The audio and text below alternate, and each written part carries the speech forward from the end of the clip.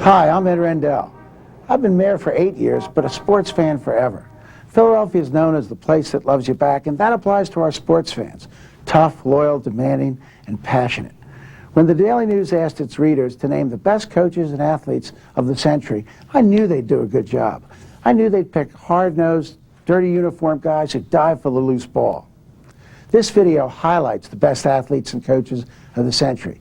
So sit back and enjoy it. And then you can argue over the selections. Loudly, proudly. It's a Philadelphia tradition. And the winner, Joe Frazier.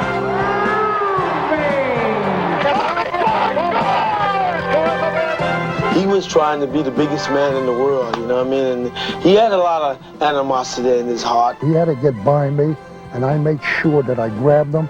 3, 2. When I tied and passed Lou Gehrig, yeah, they start to go, hey, you got to be kidding me. You got to give me your all-time NBA team. Who'd your center be? You're sitting next to him, brother.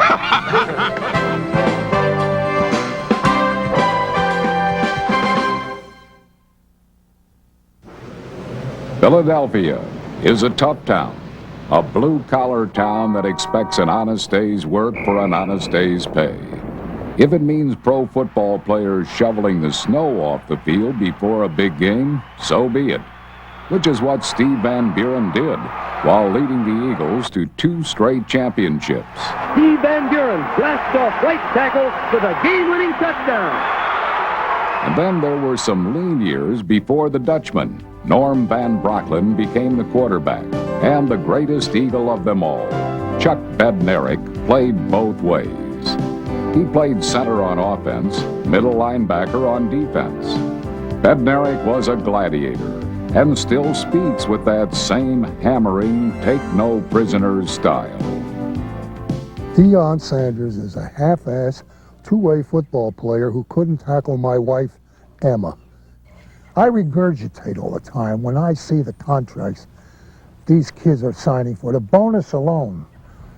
I'm going to look at you guys and say, you don't know how the hell damn lucky you are. We go back to 1949. I got a signing bonus of $3,000 cash. I was rich. That was after Bednarik graduated from the University of Pennsylvania. Bednarik was not your typical freshman. He had already survived 30 World War II bombing missions over Germany as an Air Force sergeant. Man, it just completed 30 aerial missions over Germany. It just killed and annihilated people with our bombs. And when I came out on the field the first day of practice, I looked around and I said, what the heck's this? This is a bunch of high school kids. That's what they were, just a bunch of high school kids. So it was easy. All I had to do was walk on the field and go like that at them, and they jumped back. Oh, I tell you, I could remember everything. Franklin Field, 78,000 people every Saturday. Those were glory days. I mean, it was big time, and we were always ranked in the top 10. Penn played Army, Navy, other national powerhouses. In the middle of everything was Bednarik, a brutal blocker on offense, an aggressive linebacker on defense, with hands soft enough for interceptions. He was inducted into college football's Hall of Fame in 1969. Ironically, his finest hour as a pro player would unfold in Franklin Field, scene of his college heroics, the 1960 NFL championship game. We were an underdog, and I was 35 years old, and I had played both ways that year on 6 occasions, and Coach Buck Shaw asked me to go both ways again, and I said, no problem. Green Bay took a 6-0 lead on 2 Paul Hornung field goals. And then Van Brocklin hit Tommy McDonald with a 30-yard touchdown pass to give the Eagles a 7-6 edge. A field goal made it 10-6 at halftime. Early in the 4th period, the Packers scored to take a 13-10 lead. The Eagles led 17-13 late in the game with Green Bay threatening. On the last play of scrimmage, on the 9-yard line. They were on our 16-yard line, no more timeouts. Bart Starr went back, Jimmy Taylor swung out wide, caught it. A couple of our guys came up, made some contact, but he had to get by me, and I made sure that I grabbed them. 3, 2. Bednarik played 58 minutes in that championship game, the only championship game Lombardi ever lost. There is one moment in that championship season that lives forever. The grinding collision, the teeth-rattling tackle Bednarik made on New York's Frank Gifford.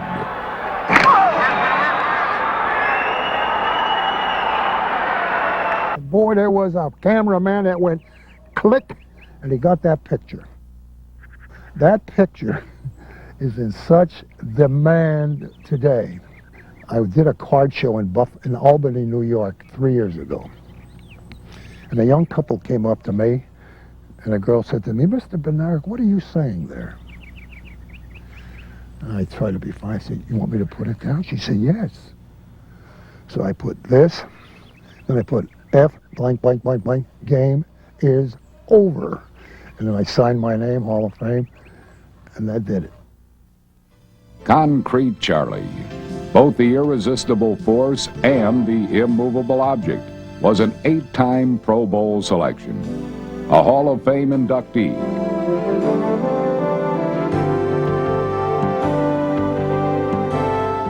The thing about, I showed you the stack of mail that I have there in the bag, and 90% of them start like this. "Dear Mr. Bednarik, my name is Johnny Smith. I'm 12 years old. My grandfather told me," or "My father told me," or "I see you on film." That's how the kids remember Chuck Bednarik, and I say, thank God for grandfathers and fathers that tell them, "Oh boy, there was a guy." Soon after Bednarik retired, along came another hard-hitting heavyweight, Joe Frazier, who learned to box in a police athletic league gym. Frazier was short for a heavyweight, so he had to get close to an opponent, wading in fearlessly, taking 2 punches to land 1.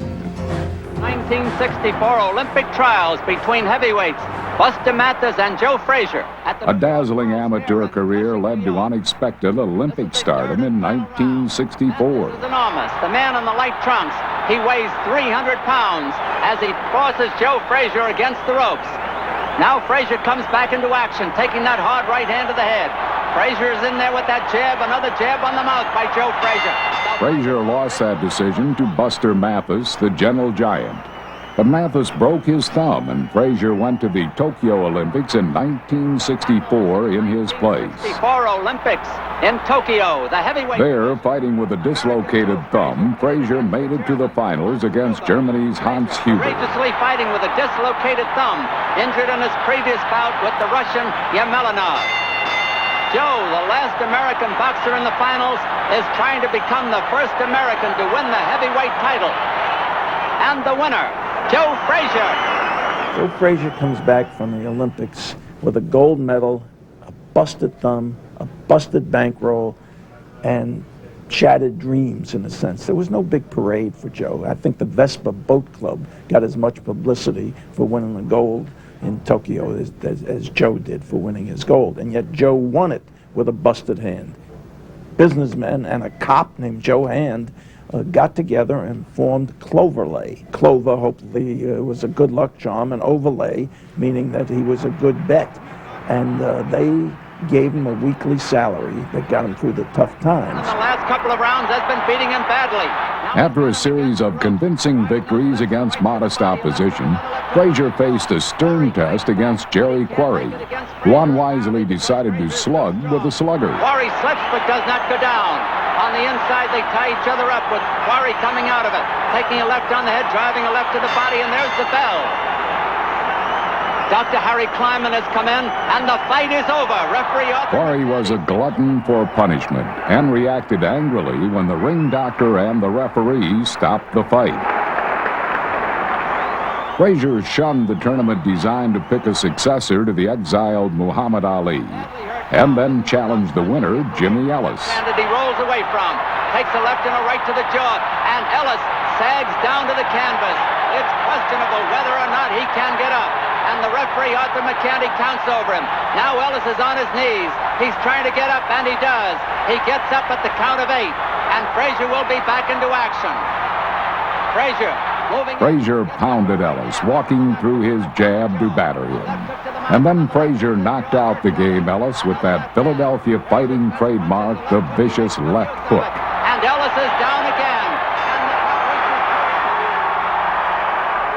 There, waiting noisily in the shadows, was the glib Ali, taunting Frazier for his looks, his style, his manners. Frazier suffered in silence. He was trying to be the biggest man in the world, you know what I mean? And you see the guy on the tube, you know, and he's running his mouth. And I said to myself, yeah, you just wait until that fight come about. And then I'm going to show him what old smoke is made of. From the opening of the bell, you know, I felt like I was in control of the fight, you know. In the 15th round of the classic fight, Frazier floored Ali with a thunderous left hook and won a unanimous decision. Both men spent time in the hospital afterwards, and they were never the same as fighters. Joe Frazier came out of Beaufort, South Carolina, as hard-scrabbled a town as you can imagine. Son of a sharecropper who had lost an arm, so that Joe was driving a tractor by the time he was 6. When Joe Frazier nailed Muhammad Ali in the 15th round with that ferocious left hook, afterwards he explained that came from down home. That left hook came from the struggle of his childhood in Beaufort, South Carolina. And then, defying trainer Yank Durham's advice, Frazier defended his title against massive George Foreman in Jamaica.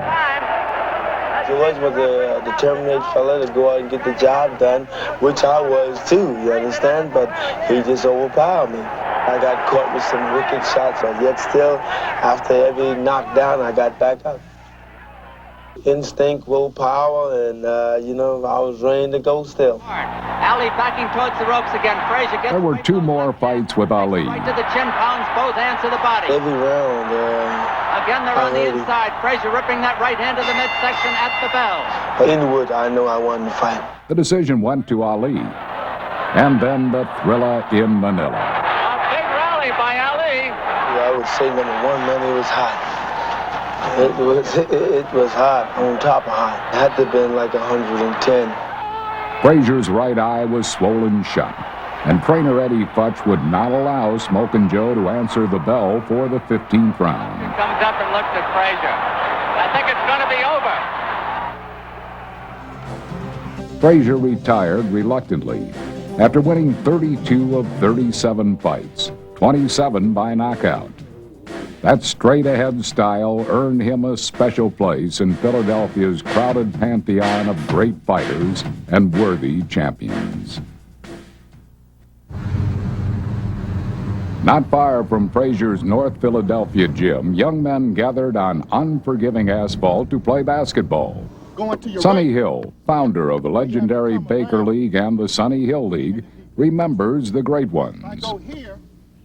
Through this door at 25th and Diamond, and on this playground at 25th and Diamond, the likes of Ray Chink Scott, John Chaney, Guy Rogers, Hal Lear. I mean, there were so many great players that played and passed through this door. The greatest of them all was Wilton Norman Chamberlain. The nation's top schoolboy court star, Wilt Chamberlain from Overbrook High School in Philadelphia. Since Wilt's 7-foot frame can only be spread over one campus, it's inevitable that if the coach doesn't get him, someday he'll have to stop him. Chamberlain dominated the high school ranks, scoring 90 in one game, averaging 37 points for 59 games, with Overbrook winning 56 of them. Wilt did it all then. Block shots, handled the ball. He could run the floor, pass the ball, and of course he could score.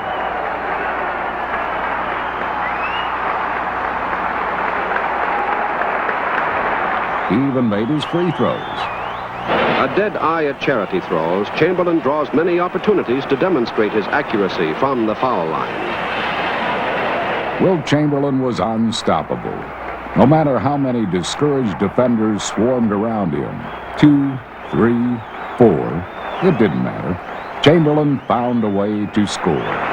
For the Stilt, high school days have been glorious ones. There's no telling what future laurels will soon rest on the shoulders of lanky Wilt Chamberlain.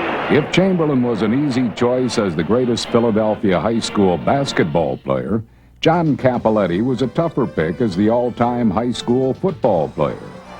Cappelletti won the close voting for his brilliant play at Monsignor Bonner High. He went on to a memorable career at Penn State, winning the Heisman Trophy and dedicating it to his kid brother Joey, who was battling leukemia. Across the river in Willingboro, a whippet named Carl Lewis was getting started on a track and field journey that would take him to Olympic stardom, and inevitable comparisons with the legendary Jesse Owens. Owens dominated the 1936 Olympics in Nazi Germany, winning the sprints, the relays, and the long jump.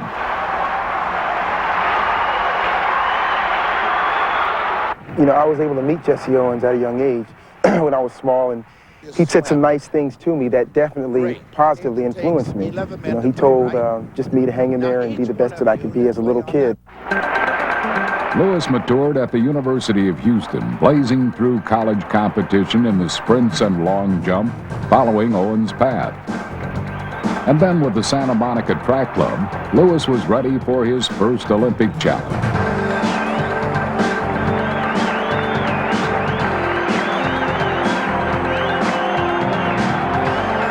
The slender Lewis would face the grueling task of 4 events in a short span. I had good feelings, I had a lot of confidence, but it was my first event. So there were a lot of things that I didn't know about, you know, in terms of being at the Olympics and what the heats would be like and what the media would be like. Those were new challenges for me. But once I got through the 100 meters, which was the first event, things smoothed out, and that made the rest of the meet much easier. You've got to have tremendous concentration, and the little secret I had is I used to try to focus on the different shoes I wore. So I set up a pair of shoes for the 100, 200 long jump and relay. So when I got to the games, every time I put on this one pair, I went into that one mental attitude. Lewis won 4 golds, but his agent soured the moment by predicting that Carl would be bigger than pop superstar Michael Jackson. Suddenly, from Canada came a fresh challenge, the beefed-up Ben Johnson. Ben comes out in 1986 as this new, big, strong, physical person that's running fast times. I mean, his times dropped dramatically, and no one knew who he was beforehand, and everyone's saying, well, this guy is now the new sprinter, came out of nowhere. I'm saying, wait a minute here, this cat was around in 79 getting blown away then, you know, in 80 and 81 and 82. And all of a sudden, he's the best in the world. We knew. I mean, everybody knew what happened.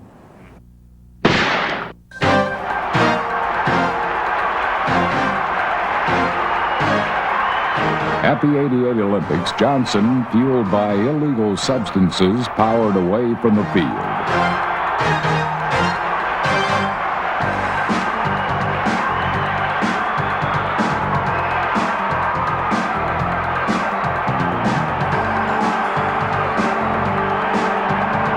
Eventually caught, he would be banned from track and field and stripped of his gold medal.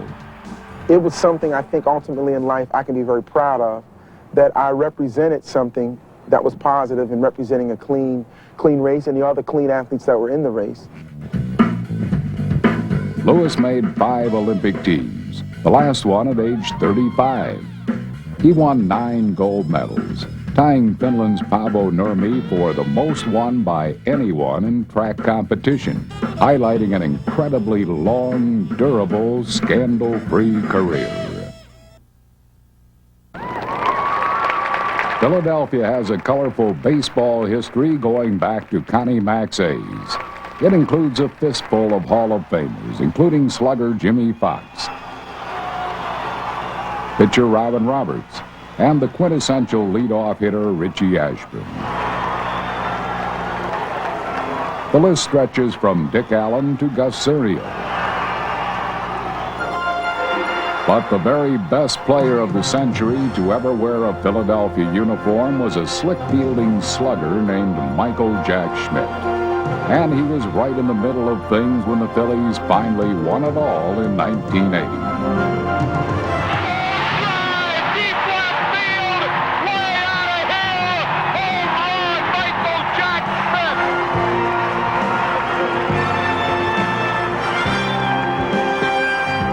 He had a very rocky start that was exacerbated by a spring training injury on one of the final exhibitions of the 1973 season. And he wound up with, I believe, 18 home runs, and he was very frustrated, and he was also a little bit overmatched.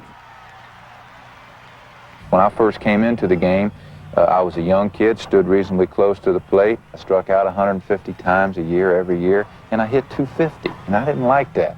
So from that stance that I told you that I had as a young player, I decided to kind of adopt a Roberto Clemente style. I thought, well, if Roberto Clemente can stand in the back corner of that batter's box and stride into the ball and have the success that he had, that maybe I could apply that to my style a little bit. So I tried it. The altered stance, the growing confidence, worked for him.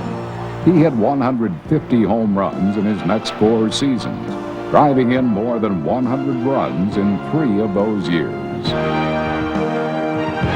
Still, the fans stubbornly pinned an unfair rap on him, demeaning him for not hitting in the clutch.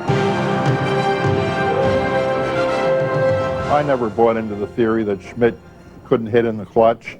He never had, until Pete Rose got here, a legitimate leadoff hitter. What changed it was the next to last game of the 1980 season, when he hit the 3-run home run, when he probably should have been intentionally walked by Dick Williams. What a drive by Schmidt, unbelievable! He hit that thing deep to the seats in left field. The Phillies clinched the division, struggled past Houston in a dramatic playoff series, and advanced to the World Series against Kansas City. Schmidt hit .381 with 2 homers and drove in 7 runs.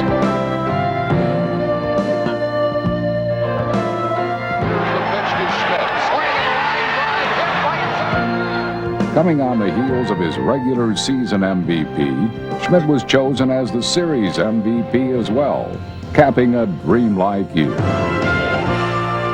Tug McGraw with Willie Wilson for the final out. The ritual celebration highlighted by Schmidt's classic leap. Tug and I rode to the ballpark together prior to that game. It was the 6th game of the World Series. And I said, Tug, listen, if you got a shot, I want you to do me one favor. Wait on me. After you strike this guy out or get that last out and you raise those hands in the air, do me a favor. Wait on me. And sure enough, it worked out. He struck out Willie Wilson and turned and looked at me at third base. And I ran in and dove on him. And that, you know, that picture right now is hanging in a lot of offices, and it's hanging in my basement. We planned that, and it's right there, and it's a special moment. And they've caught it on film. Schmidt made the All-Star team 12 times, and for all his slugging prowess, he was just as spectacular with the glove. A brilliant third baseman who won 10 Gold Gloves. Yet the fans were slow to warm to him. Too slick, too aloof, too smooth in the field, too unemotional, Captain Cool. They would have liked to have seen me break my bat and my helmet every time I struck out. They would have liked to have seen me, you know, be the type of guy that played with more fire, more emotion. The players that came there over the years that they liked were obviously Pete, but the Larry Boas. He kept hitting late-inning, game-winning home runs, and eventually the fans realized they were looking at a Hall of Famer.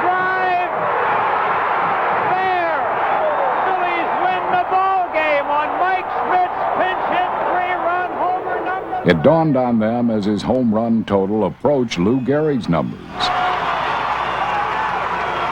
When I tied and passed Lou Gehrig, yeah, they start to go, hey, you got to be kidding me. Lou Gehrig, they made movies about this guy, right? This is one of the all-time great careers in the history of our sport. And Mike Schmidt's done more. And I think the people in Philadelphia who perceived me and who were still holding judgment about me as a professional athlete in their town all of a sudden said, dang, all this has been going on right in front of my eyes. On April 17, 1987, Schmidt hit his 500th home run.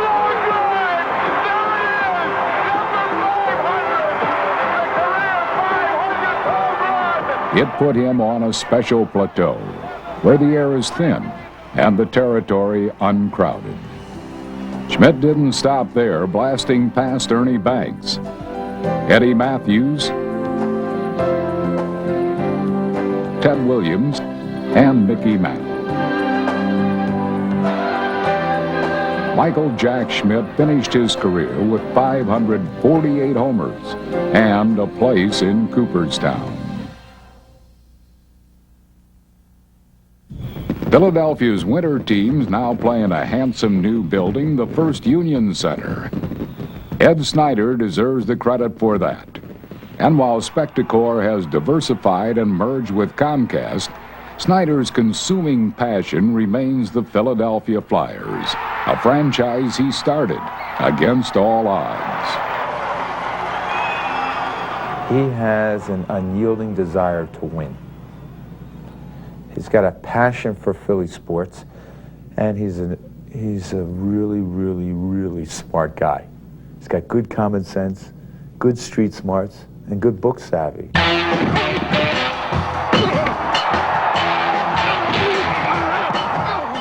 My gut feeling said this is a spectacular spectator sport, and it'll succeed if presented in the right way. You know, I never really did any research or any market studies. I think if I had done a market study or what do they call them, focus groups or things of that type for hockey, we wouldn't have a team, because if I would have listened to that, you know, nobody even knew what a puck was when we brought hockey to Philadelphia.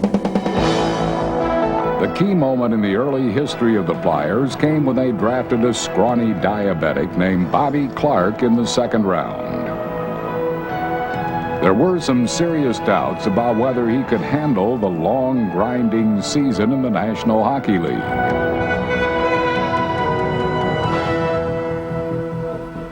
General managers and the scouts, who are certainly not medical experts, decided that I wouldn't be strong enough to play in the National Hockey League over the long schedule, and they just didn't draft me. The Flyers just made a call to a doctor and asked him, and they said, the doctor said, if I look after myself, I can play.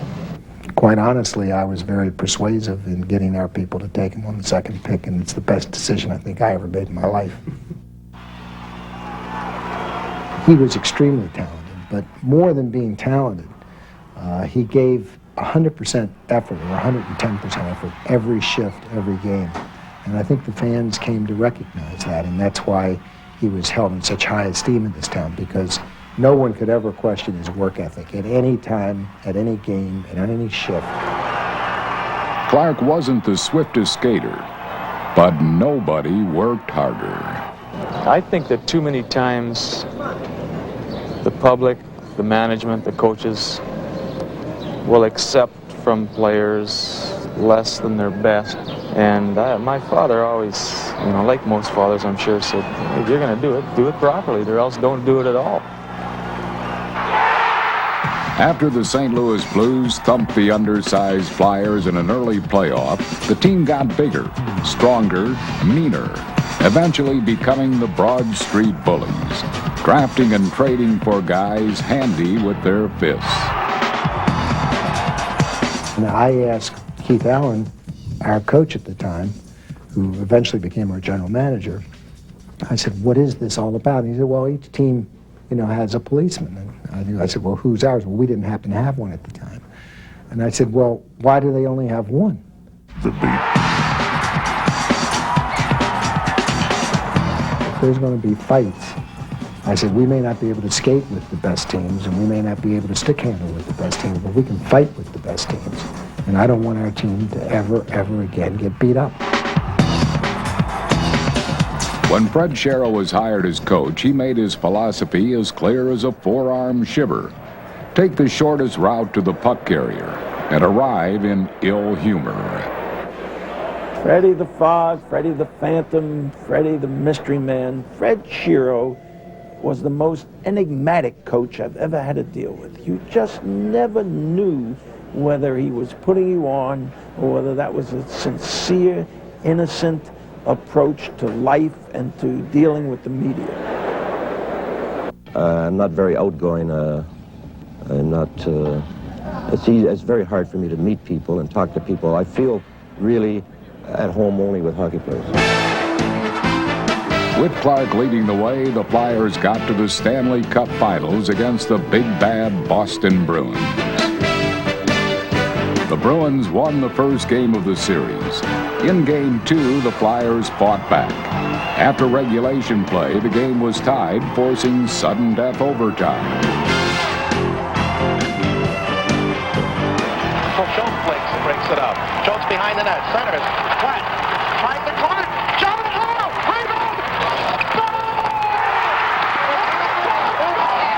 He was the game winner. At 12 minutes and 1 second of sudden death overtime, he was blocked on the first shot, he made the second one, and the Flyers have picked up their win in Boston. With the Stanley Cup Series tied at a game apiece, the Flyers had captured the home ice advantage. By Chris, tailed by Clark, brings to center ice, throw to Bobby, over the line, holds at the point, going into that far circle, wants to throw it in on the net, crosses the DuPont, Hill going right on in, he'll shoot, They won the next 2 games at home. And then Boston won Game 5. The series returned to Philadelphia with the Flyers holding a tenuous 3-2 edge.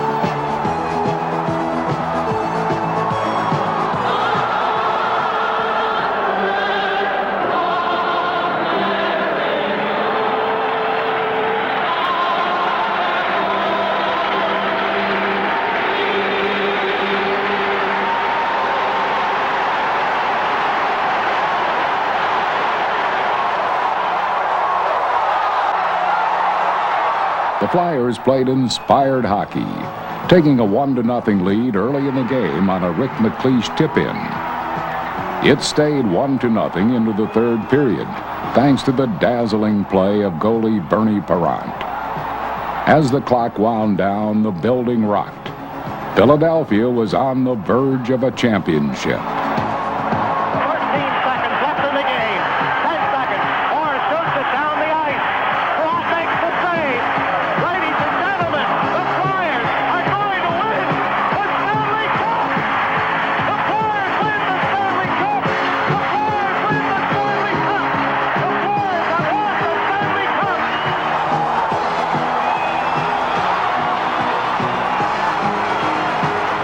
The next day, the city celebrated in a wild and raucous fashion. The parade was exciting, but it got out of hand. And Clark never went the distance, chased from the route by overzealous, clutching fans. I like to tell the story that when we first brought the team to the city, and it was October, we were going to start our first season, the city decided to give us a parade from the Wanamaker building down, Broad Street to the Spectrum. So we all got in convertibles and we proceeded down Broad Street, and no one came. And what is really amazing is that 7 years later, 2 million people came when we had a parade.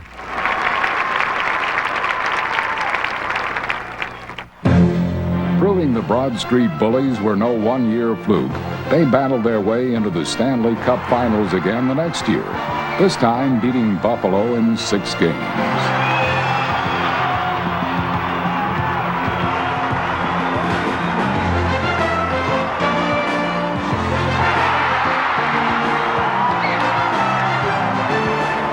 The Flyers won back-to-back Stanley Cups with a cast of characters that included a moose, a hound, a hammer, and a rollicking goalie named Bernie Parent. Some fun, eh? I have a strong passion for the Philadelphia Flyers because they're my baby. I mean, we started them from nothing. There was no Philadelphia Flyers. We named them, we designed the logo, we designed the uniform, we drafted players in the expansion draft and created a team that didn't exist. There's nothing like creating it from scratch. I mean, there was a survey in the Daily News last year that said that hockey with 35 and under, everyone 35 and under was the #1 sport in the city, which I thought was pretty spectacular, going from nobody at the parade to the #1 sport in town. Nobody personifies Philadelphia pride more than Dawn Staley, who grew up in the inner city in the bleak Raymond Rosen projects. She started playing playground ball against the boys, then starred at Dobbins Tech. Philadelphia is ingrained in her game. A 5'6" playmaker with court awareness, a passion for the game she does not hide. She starred at the University of Virginia, where they retired her number after she took the Cavaliers to 3 consecutive NCAA Final Four appearances.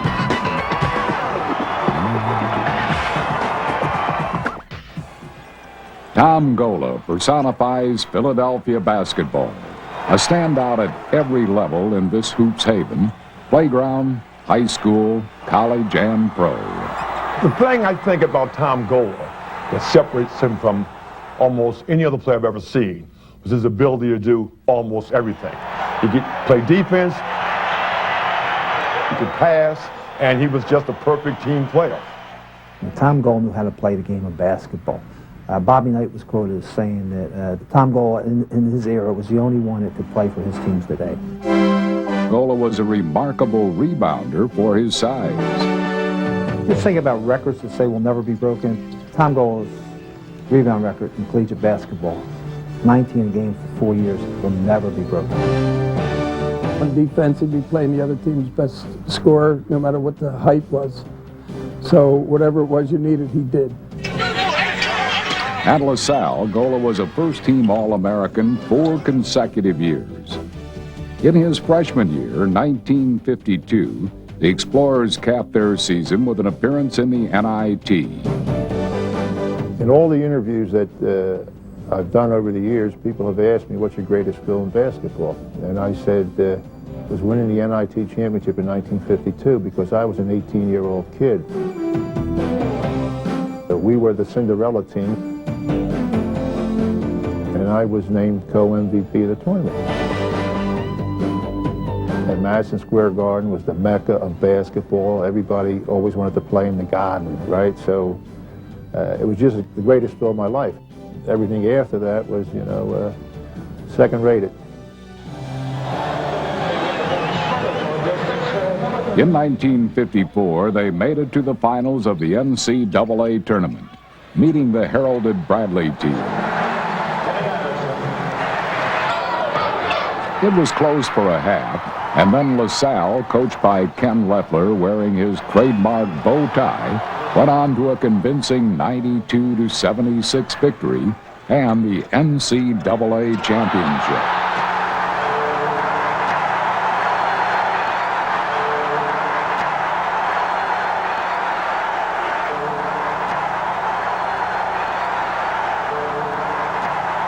The great Kenny Leffler, Hall of Fame coach, describes that team as 4 students and Tom Gola. I mean, not many players can carry a team the way Tom Gola did. Gola carried the team on his shoulders, so it was only fitting that Gola be carried through the streets near the campus when the team returned home. The next year, Bill Russell, Casey Jones, and the University of San Francisco kept LaSalle from the second title, winning the championship. Gola's numbers are remarkable, averaging more than 20 points a game, snagging 2,201 rebounds. The Explorers now play in an arena bearing his name.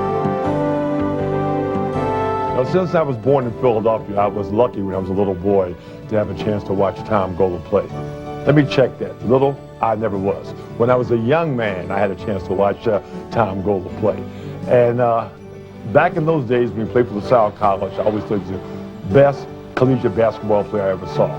It's almost 50 years later, he still is the best collegiate basketball player I've ever seen. If I were a college player or a college coach, let's say, and I was looking for a player to start my team with, it would be Tom Gold.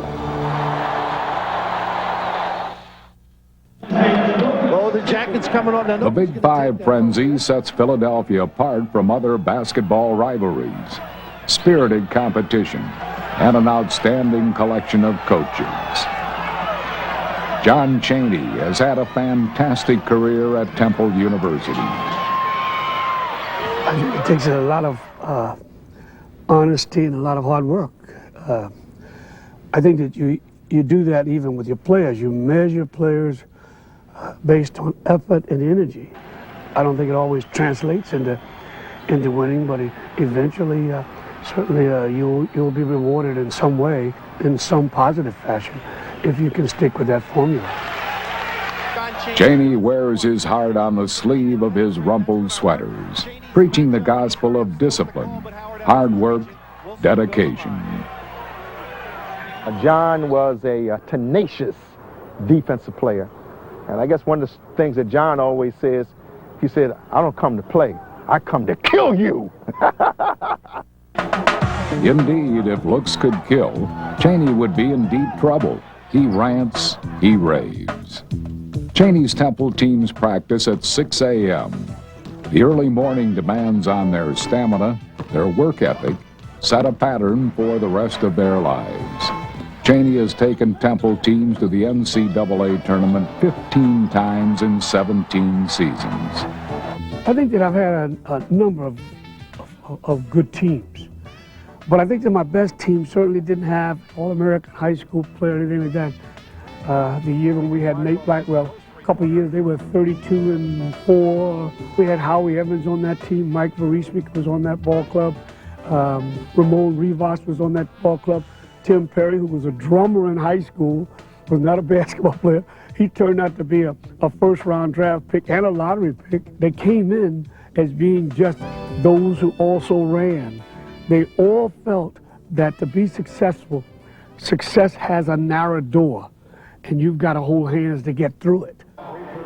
If the person don't buy it, you're not a good salesman. And that's one of the most important things. They must buy what you're selling. Sure, it's difficult to lure blue-chip prospects to a concrete campus in North Philadelphia, but Chaney has coached the quick-as-a-wink Mark Macon. He polished the silky smooth Eddie Jones, who he calls the best player he's ever coached. He cherished the durable Aaron McKee, now with the 76ers. He nurtured the tough-as-nails Rick Brunson. And he coaxed and cajoled dramatic improvement out of Dwayne Coswell, all advancing to the next level. However, Chaney does not measure success purely by wins and losses. When you see so many of the youngsters that you've been around for so many years become successful, and they don't forget, that to me means that they've gone full circle. Not that they always won championships and national titles, anything like that, but they gave their very best. Kids like Eddie Jones, who's now with Charlotte Hornets. I could just go on and on with a number of youngsters that came in here as poor boys and youngsters who really had no way and now find themselves helping others. Chaney squanders little time thinking about retirement, nor does he bask in the warmth of his passionate fans. What they want to do is, there's a guy over in North Philly there that's got a nice white truck at 20th and Lehigh. He's a white guy right in the black neighborhood there. Been there for 50 years, selling only peanuts. I just go over and get a bag of peanuts from him, stop by my local beer place, get a case of beer, go out and play tennis with my buddies, drink some beer, eat some peanuts, and then sit underneath a tree and lie.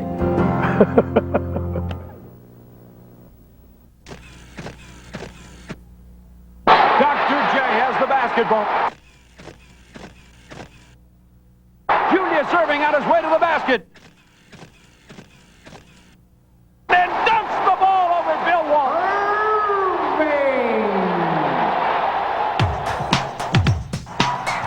Julius Winfield Irving II first attracted national attention playing for the University of Massachusetts, operating in the rarefied atmosphere above the rim.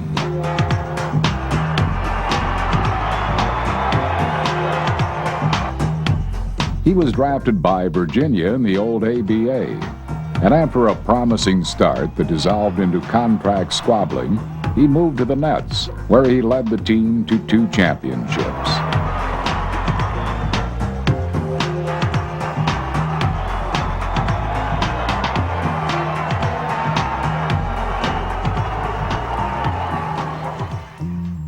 And then Sixers owner Fitz Dixon bought him from the desperate Nets for $3 million. Irving brought his graceful skills to the carnival atmosphere of the Sixers. That team wound up facing Jack Ramsey's Portland Trailblazers in the finals. The Sixers won the first 2 games and lost the next 4 to a Portland team that featured Bill Walton and Maurice Lucas.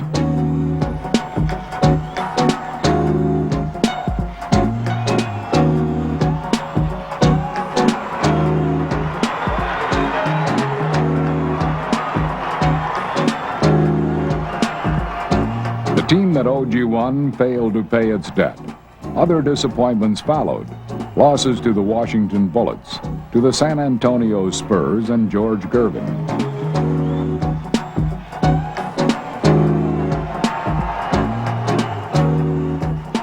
Allen Iverson's trademark is the crossover move, where he changes hands on the dribble. Julius Irving's goal in life was to be a crossover athlete, to appeal to a wide spectrum of people in Philadelphia and nationally. He was anxious to please, and Julius had a way, whether it was the New York Times waiting to interview him or somebody from Pottstown, Julius Irving found time for all those people. The Sixers got to the finals against the sky-hooking Kareem Abdul-Jabbar and the Lakers in 1980.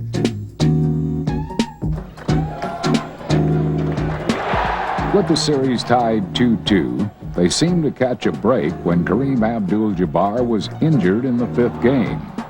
The Lakers won Game 5, and then without Jabbar, an amazing kid named Magic Johnson played an unforgettable game, and the Lakers defeated the Sixers to win the NBA championship. That year, there was one playoff memory that is indelible. Dr. J soaring past the backboard, floating out the other side to curl in an astonishing layup. There was the disheartening loss to Boston, the Sixers blowing a 3-1 lead to Larry Bird's Celtics. It wasn't until the Sixers added Moses Malone, the stoic rebounder, that they had all the pieces to the puzzle.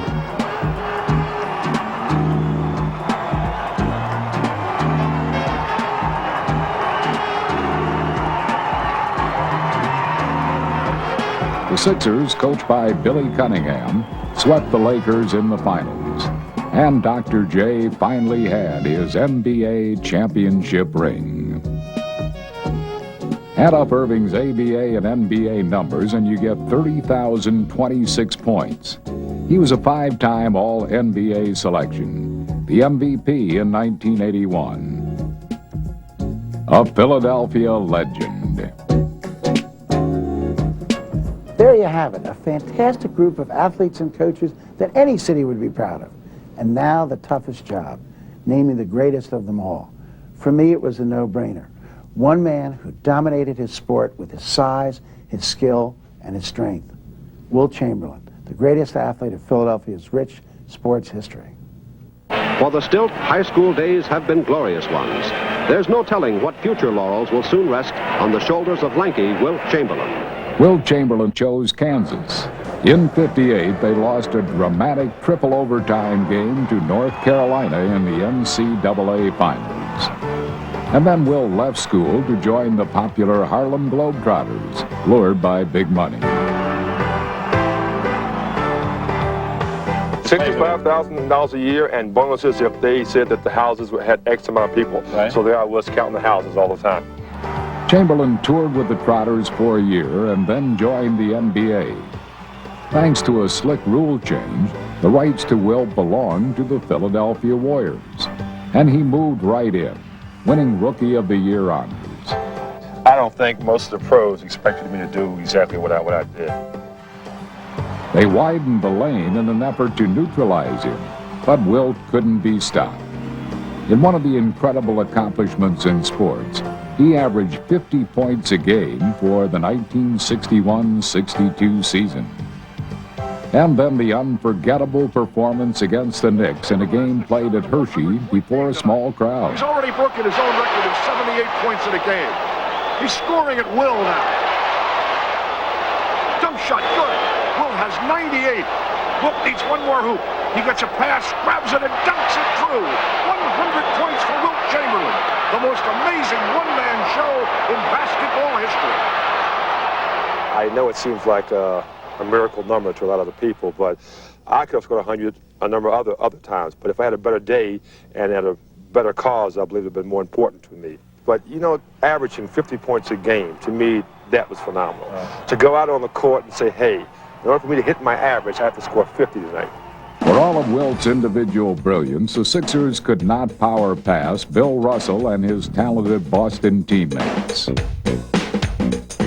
The numbers would indicate that Wilt won most of his battles with Russell, but the Celtics won the wars. And Wilt had to listen to the critics rattle off the stark numbers. 11 championships for Boston in a 13-year stretch. He had one job to do and one job only. I had several that I had to do. I had to score at times, to rebound, to play defense. And, you know, I did it the best I could. I think that most of my teams did the best they could. I think the Boston teams were just better. The coaching was just better. So, therefore, they won the big ones. I don't think, as far as individual talent goes, that Russell even comes close. For the 1966-67 season, Wilt was surrounded by a wonderful supporting cast coached by Alex Hammond. The team zipped through a 68-13 regular season record.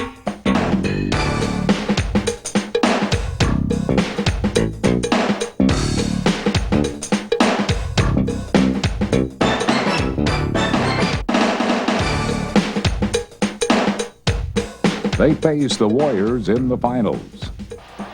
Sixers with the ball here in the fourth quarter. Cunningham, jumper, no good. Thurman gets the rebound, and here come the Warriors. Cunningham steals it. Pass underneath to Chamberlain. Wilt's got 24. Sixers by one. The Warriors need to answer now. Thurman off the front rim, no good. Battle underneath. Wally Jones intercepts. Oh, what a ball game this is. Philadelphia in the driver's seat now. Jones to Luke Jackson. Jump shot, good. The Sixers win 125-122.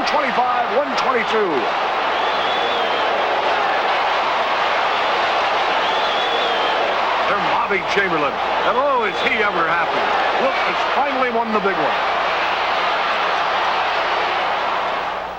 An unhappy Chamberlain demanded a trade and was sent to Los Angeles, where he joined Jerry West, Elgin Baylor, and Gail Goodrich on a team that equaled the NBA record of 23 wins in a row. Chamberlain. Hairston, outlet pass to Goodrich. To West for an easy two.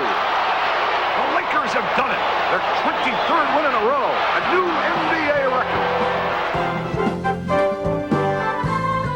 And then they went on to win 10 more.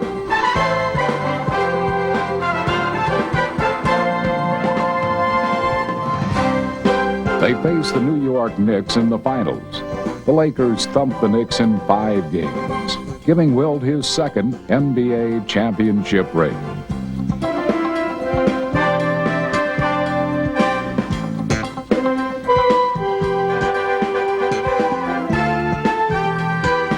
Was that the best team Wilt ever played on? As great as that team was, and we won the championship that year, no way does that team compare with the 67-68 team, I believe. You know, Philadelphia, that's 68, even though we lost it, we still were a much better team than any team I'd ever played on.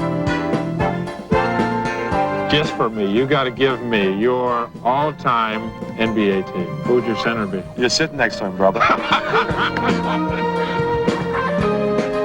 By the time Wilt's pro career was over, he had scored 31,419 points, averaging 30 a game. One year, he averaged 50 a game. Another year, he led the league in assists. Wilt played 1,045 games and never fouled out. He played every minute of every game and averaged 48.5 minutes one year thanks to some overtime affairs. Wilt once said, "Nobody roots for Goliath, but he was our Goliath, and we loved him."